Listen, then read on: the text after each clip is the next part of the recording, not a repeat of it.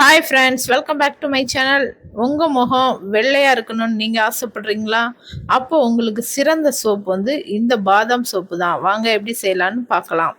பாதாம் சோப் செய்கிறதுக்கு ஒரு 7 பாதாம் கிட்ட நான் எடுத்துருக்கிறேன்.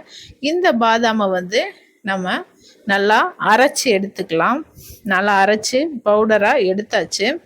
இதை ஊற வச்சு தோல் நீக்கிட்டு எடுத்துக்கலாம். ஆனால் தோலில் வந்து நிறைய சத்துக்கள் இருக்குது. அது நம்ம ஸ்கின்னுக்கு ரொம்ப நல்லது. அதனால நம்ம வந்து அப்படியே அரைச்சி எடுத்துக்கலாம். சோப் பேஸ் வந்து நம்ம கோட் மில்க் சோப் பேஸ் தான் எடுத்திருக்கோம். அதாவது ஆட்டுப்பால் சோப் பேஸு.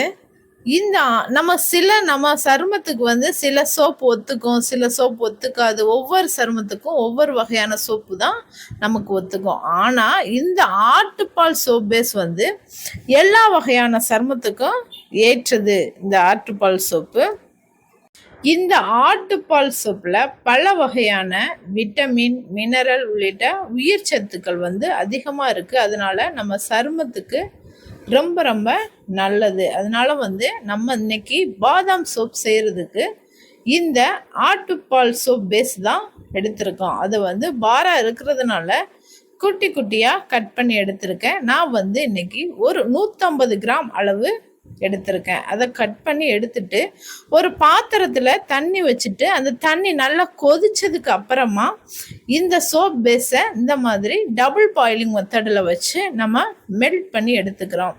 பாருங்கள், கொஞ்சம் கொஞ்சமாக மெல்ட் ஆகுது. நல்லா மெல்ட் ஆகட்டும்.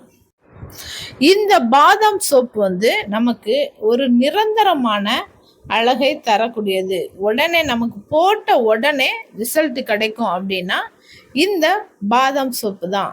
நான் பொய் சொல்லலைங்க, உண்மையை தான் சொல்கிறேன். நான் ரெடி பண்ணும் போதே எனக்கு ரொம்ப ஆர்வமாக இருந்துச்சு. அதனால நான் உடனே அதை யூஸ் பண்ணி பார்த்தேன். ஸ்கின் எல்லாம் ரொம்ப சாஃப்டாக சூப்பராக ஆயிடுச்சு.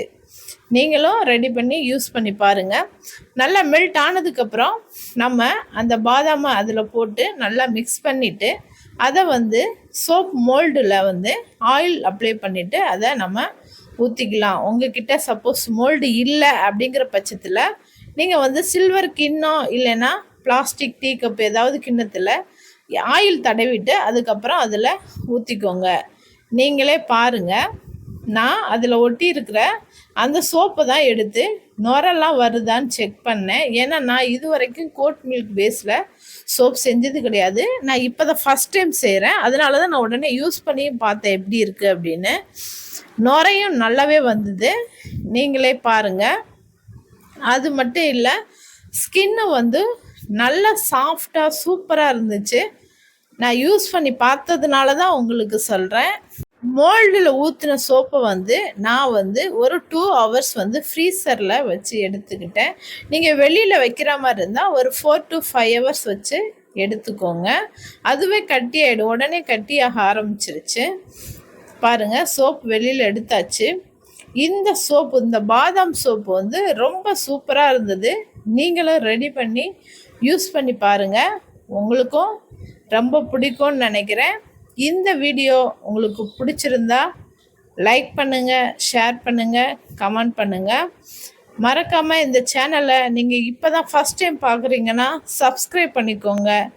மீண்டும் அடுத்த வீடியோவில் சந்திக்கலாம். தேங்க்யூ, பாய்.